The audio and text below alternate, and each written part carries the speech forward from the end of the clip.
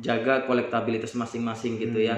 Karena catatan itu nggak akan bisa terhapus dari diri kita entah 10 tahun, 15 tahun, kalau memang macet ya macet gitu. Bisa hidup dan menua bersamamu.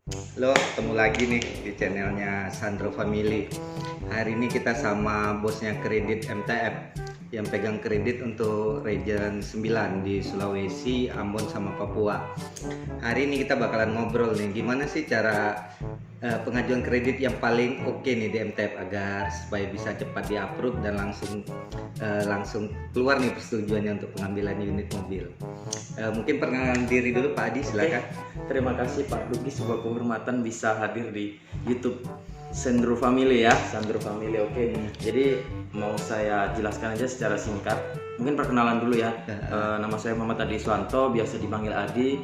Untuk sekarang ini dikasih amanah oleh Mandiri Tunas Finance sebagai Area Credit Manager Regional 9 Sulawesi, Maluku, Papua, handle 13 cabang gitu ya.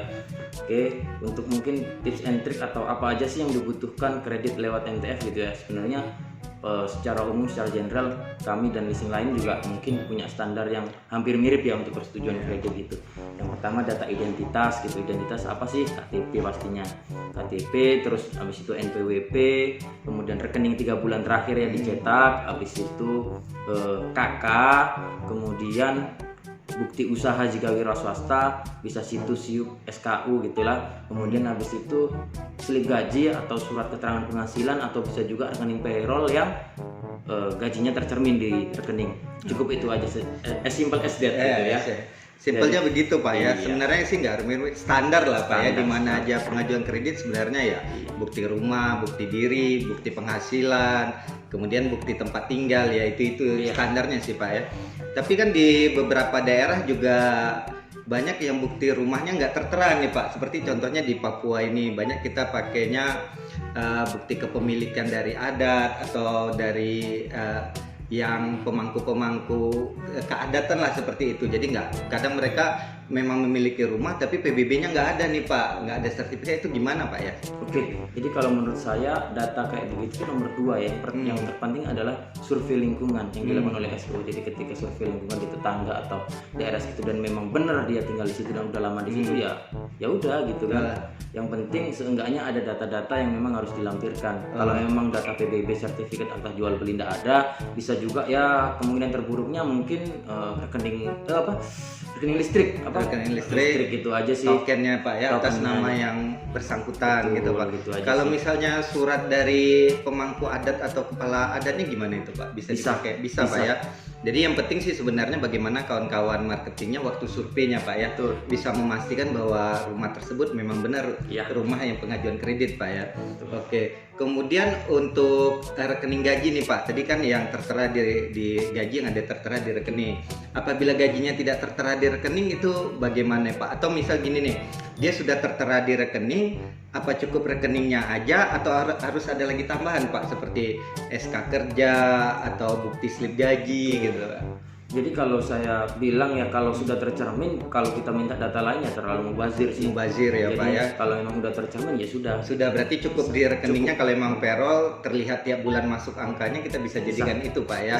Oke, berarti syarat penghasilnya cukup rekening yang tertera memang payroll, ya itu aja sih, nggak ada tambah bukti SK ataupun bukti penghasilan slip gaji Pak ya, kecuali PNS ya. Kalau PNS kita mau lihat golongannya mungkin Pak ya. Di situ Pak. Terus kalau yang nggak tertera di tabungannya bagaimana Pak kira-kira Pak? Kalau tidak tertera ya mungkin slip gaji cuma harus valid ya, dan kalau tidak tercermin memang pada saat survei wajib melampirkan nomor telepon atasan dari si customer tersebut. Bisa nomor atasan, bisa juga HRD nih yang nantinya akan dikonfirmasi oleh credit head. Disesuaikan antara posisi jabatannya, lama bekerja, habis itu logically penghasilannya itu sesuai nggak sih sama jabatan gitu. Kalau memang dirasa masuk akal dan divalidasi ke pihak ketiga, dalam hal ini adalah kepala cabang mungkin atau atasan atau HRD-nya sesuai, ya sudah. Berarti bisa surat yang dikeluarkan oleh perusahaan yang bersangkutan, kemudian ada nomor kontak dari atasan atau HRD-nya Pak ya, untuk pembuktian dari tim kreditnya kita. Terus ini nih Pak, di sini kan banyak juga pengajuan pemohon tunggal nih Pak. Pemohon tunggal baik yang memang tunggal belum menikah ataupun yang sudah menikah tapi istrinya bercerai atau suaminya bercerai atau meninggal Pak. Itu bagaimana case-nya? Apakah terpengaruh juga terhadap DP kah? Harus ada DP berapa kalau pemohon tunggal itu begitu? Jadi kalau saya lihat dari kacamata saya sebagai orang kredit, nggak boleh nilai suatu aplikasi itu dari satu sudut pandang tertentu. Jadi harus dilihat secara komprehensif. Pemohon tunggalnya seperti apa sih ini?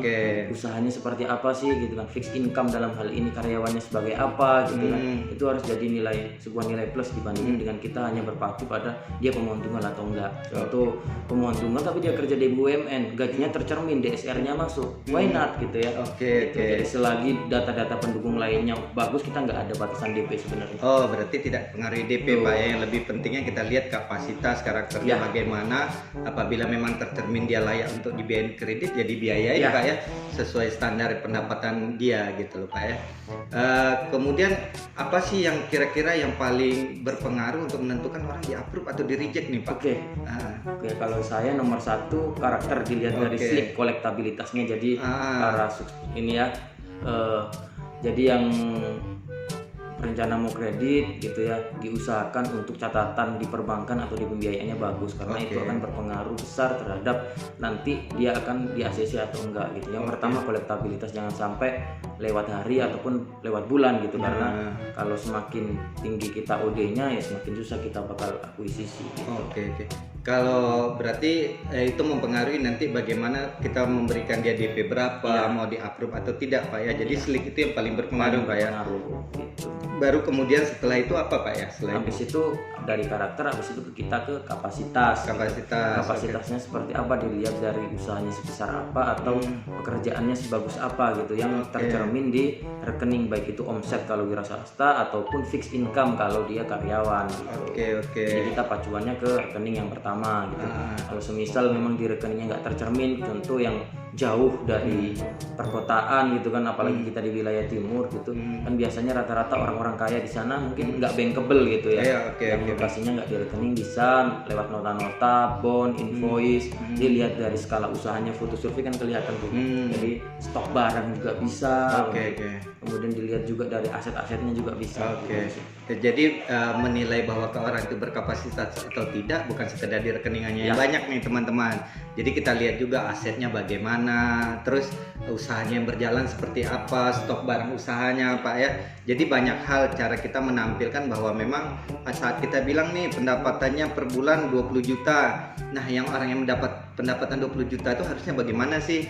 Harusnya nggak ada di tabungan, tapi kalau nggak di tabungan, aset apa sih yang dia beli, begitu Pak ya? Jadi bagaimana kita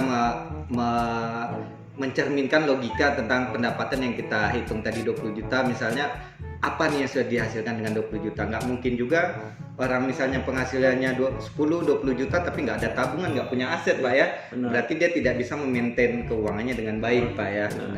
Terus gini Pak, untuk jarak survei kan, kalau di sini kita survei jauh-jauh gitu Pak, itu bagaimana ya pengaruhnya terhadap ini Pak? Pengajuan kredit. Kalau jarak dan di sistem kami sebenarnya sudah terotomatisasi bahwa itu adalah deviasi gitu, karena pada saat survei juga CMO tag lokasi dan diukur dari cabang kita di Sorong gitu. Jadi kalau memang jaraknya jauh kita batasi DP-nya gitu. Mungkin kalau untuk passenger, kalau mitigasi resiko pribadi saya mungkin di 20%, kemudian kalau yang di komersil mungkin di 30% gitu. Berarti ya kita cukup memasukkan itu juga sebagai mitigasi Pak ya, jaraknya. Karena di sana juga kan tidak ada wilayah tadinya, nggak ada PIC-nya gitu. Jadi contoh seperti Sorong ada Manokwari Pak ya, di Manokwari kebetulan kita ada marketing aja Pak ya.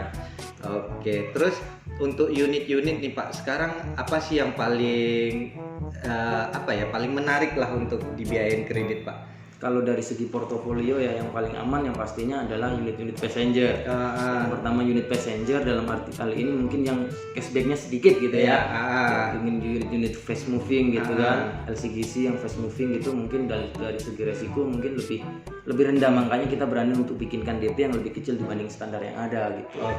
Kemudian dilanjut yang kedua mungkin dari komersil ya, pickup, dan yang terakhir yang resikonya paling tinggi adalah truk gitu Pak ya. Kalau dari ininya portofolio saat ini seperti itu Pak ya. Berarti yang paling utama kita di passenger dulu kita kejar Pak ya untuk ini saat ini. Nah kemudian kan banyak ini Pak, kadang mereka pengajuan kredit ternyata kolektibilitasnya call 3, call 4, call 5 di bank atau di tempat lain, ternyata yang pakai saudaranya lah atau keluarganya, bukan dia yang kredit. Itu bagaimana Pak ya? Jadi kalau alasan kayak gitu belum bisa kita terima ya. Jadi kalau memang udah call 3, call 4, call 5 memang wajib untuk dilunasi. Pokok utangnya bukan dibayar angsurannya enggak ya, tapi wajib dilunasi. Tetapi ada batas ambang yang tidak boleh kita toleransi, yaitu pokok utangnya lebih dari 50 juta. Kalau di atas 50 juta sistem kami ngelok. Jadi kalau udah utangnya lebih dari 50 juta macet, udah otomatis ke reject. Berarti kita nggak lihat nih alasannya kenapa ya Kak, ya kenapa dipinjamin namanya ya Pak ya, harusnya nama dijaga sekali. Jadi jangan pernah pinjamin nama untuk kredit orang lain yang tidak bisa kita maintain nih. Jadi memang kita harus maintainnya itulah gitu loh. Tadi sudah pemohon tunggal, masalah bukti rumah juga, masalah jarak, terus isu-isu apa lagi nih yang biasa muncul di kredit nih Pak? Mungkin dari segi-segi profil customer yang memang dibatasi. Ada juga yang beberapa yang kita batasin Pak ya sesuai ininya.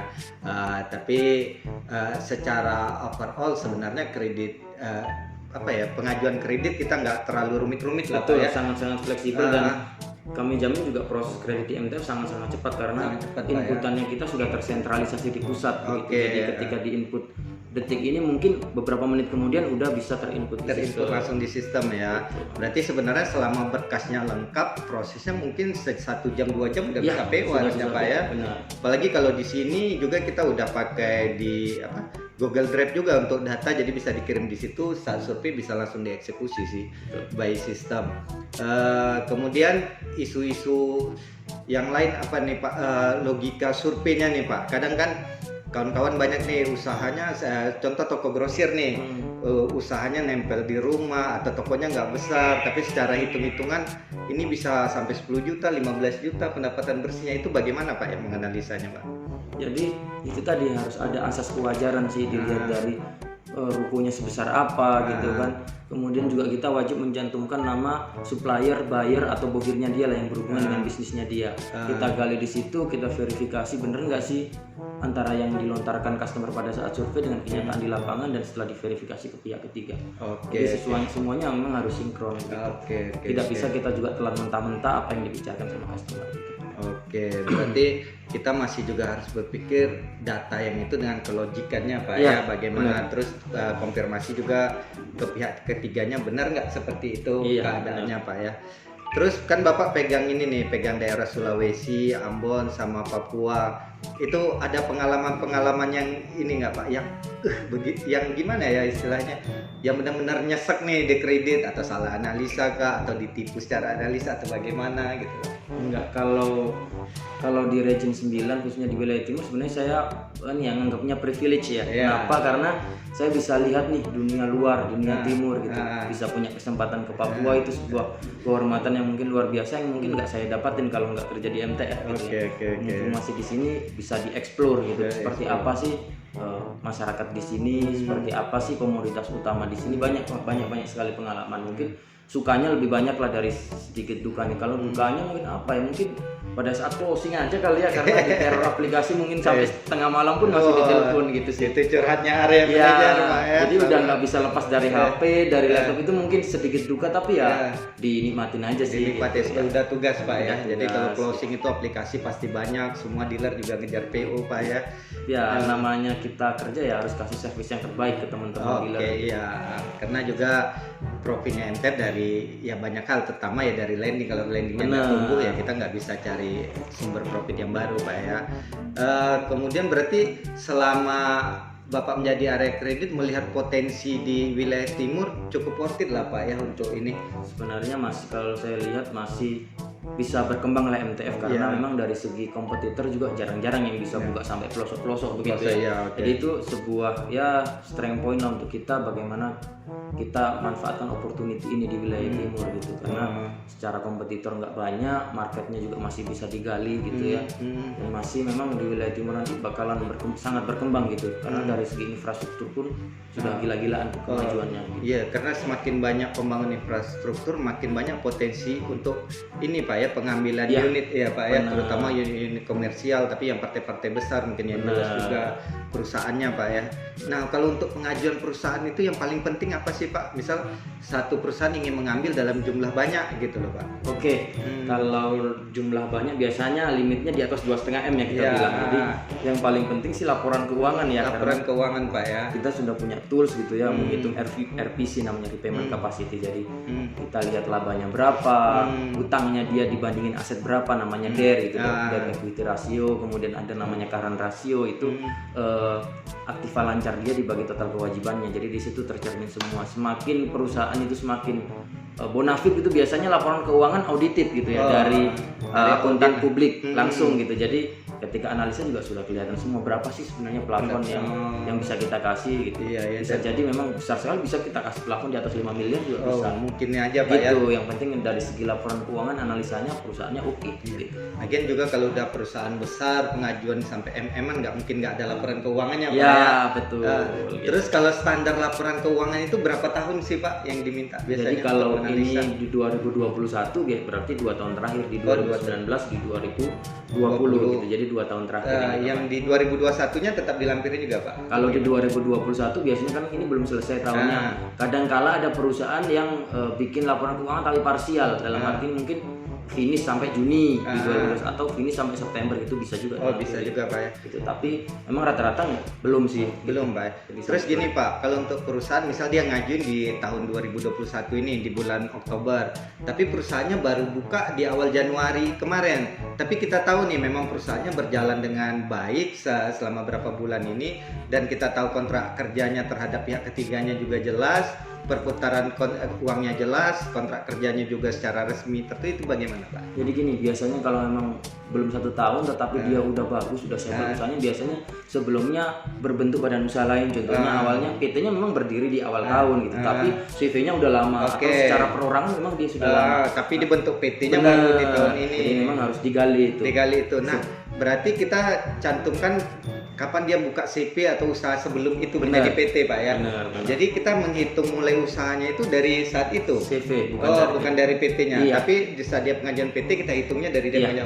Berarti bisa menjadi diakuin Pak ya, usahanya mulai walaupun usaha pengajuan saat menjadi PT-nya di awal tahun ini. Benar. Oke Pak. Terus apa lagi nih Pak yang mempengaruhi di pengajuan untuk perusahaan dalam skala besar Pak, selain rekening tabungan Pak? Aset sih gitu Aset, ya. Pak, ya. Aset dalam hal ini mungkin truk, bisa truknya dia udah punya berapa sih, alat beratnya sudah punya berapa sih gitu. Itu menunjukkan bahwa memang ini perusahaan memang pemain lama atau enggak gitu. Kalau memang di awal dia memang baru ngajuin unit pertama di MTF, ya itu secara resiko pasti besar gitu. Terus gini nih Pak, misal perusahaannya ada komisarisnya si A, si B, si C nih, atas nama perusahaan apalah gitu loh, ingin ribut atau apa gitu kan Pak. Nah tapi dia ingin BPKB-nya atas nama si A, si B tadi, itu bagaimana Pak ya? Pengajuannya atas nama perusahaan, tapi BPKB-nya atas nama salah satu di Dewan Komisaris atau direksinya. Bisa, selagi namanya masuk dalam ADART perusahaan bisa. Cuma kalau yang diutamakan pemegang saham terbesar. Pemegang saham terbesar, oke. Bukan saham pemegang saham minorit yang cuma 1-2% gitu. Tapi bisa juga Pak? Bisa. Cuman diutamakan yang sahamnya besar. Itu apa ya yang perlu ditambahkan Pak? Ya kan kalau memang di perusahaan kan memang pasti ada akta pendirian, akta perubahan. Di situ udah kelihatan semua kok.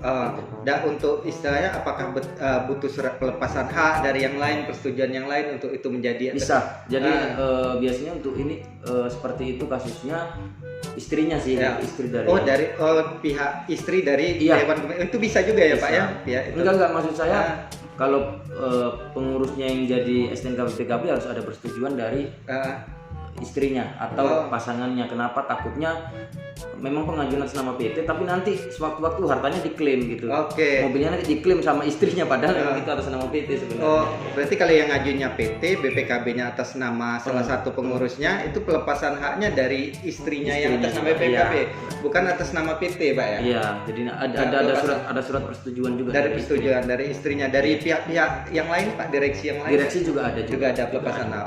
Oke, seperti itu. Nah, itu gambarannya kalau kita ngajuin dalam skala besar ini perusahaan-perusahaan. Nah, kalau misalnya pengajuan alat berat itu bagaimana Pak? Kalau pengajuan alat berat MTF juga biayain, tapi ada divisi tersendiri namanya divisi fleet. Oh, fleet Gitu, ya, jadi- terlepas dari cabang berarti Pak Iya, ya itu. tapi Oke. bisa semua. Bisa semua Bisa ya semua, dia. MTF bisa semua. Gitu. Bisa semua ya, bunganya juga murah Pak Sangat ya. bersaing gitu. Oke lah.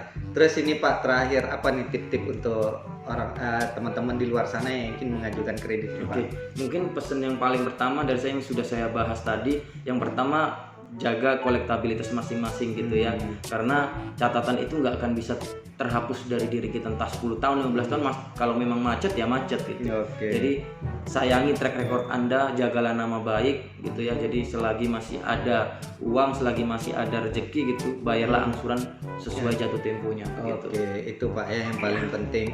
Oke lah, terima kasih Pak Adi untuk sharingnya sore ini. Semoga bermanfaat nih Amin, untuk teman-teman yang ingin ngajukan kredit atau apa. Jadi tahu nih bahwa persyaratan kredit itu apa aja, terus apa yang diperlukan untuk perusahaan juga, apa nih yang paling mempengaruhi agar pengajuannya cepat di-approve dan bisa cepat dapat mobil baru Ya. nih.